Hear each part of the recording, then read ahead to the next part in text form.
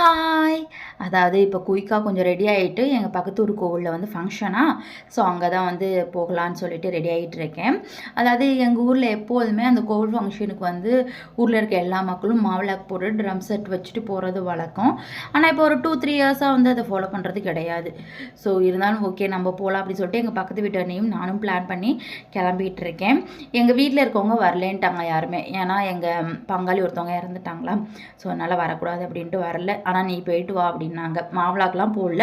நான் எங்கள் அண்ணி வந்து மாவிளாக்கு போடுறாங்க, அதனால நான் சும்மா போயிட்டு சாமி மட்டும் கும்பிட்டு வரலாம் அப்படின்னு கிளம்பியாச்சு. அப்படியே எங்கள் ராணாக்குட்டி தூக்க சொன்னானா அவனையும் தூக்கி ஒரு கொஞ்சலை போட்டுட்டு, அப்புறம் நான் இன்னைக்கு புதுச்சப்பல் வாங்கினேன்னு சொல்லி காமிச்சேன் இல்லையா, அதை ஃபர்ஸ்ட் டைம் இந்த கோவிலுக்கு தான் வந்து போட்டுட்டு வந்தேன். ஸோ அதுக்கப்புறம் இதுதான் கோவில், மாரியம்மன் கோவில். இது வந்து சித்தலாவையில் இருக்குது. திருச்சி டு கரூர் பைபாஸில் தான் வந்து இந்த கோவில் இருக்கா. ஸோ அப்படியே இங்கே வந்தாச்சு. வெளில பார்க்குறதுக்கு உங்களுக்கு அந்த அளவுக்கு க்ரௌடு இருக்காது. ஏன்னா கொஞ்சம் நாங்கள் ஈவினிங் சீக்கிரமே வந்துட்டோம். இருட்ட தான் நிறையா க்ரௌடு வருவாங்க. ஆனால் நாங்கள் போன அந்த டைம்லேயே அந்த மாவிளாக்கு போடுறதுக்கு அந்த கோவில் சன்னதியில் நிறைய க்ரௌடு. உள்ளார போயிட்டு வெளில வரவே முடியல. போதும்னு ஆயிடுச்சு.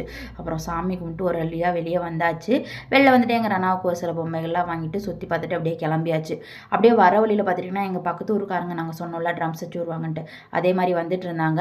அப்படியே அதை பார்த்துட்டு வீட்டுக்கு வந்ததுக்கப்புறம் இன்னொரு குரூப் வந்தாங்க. அப்படியே எங்கள் ரனாவையும் கூப்பிட்டு போய் காமிச்சிட்டு இருந்தேன்.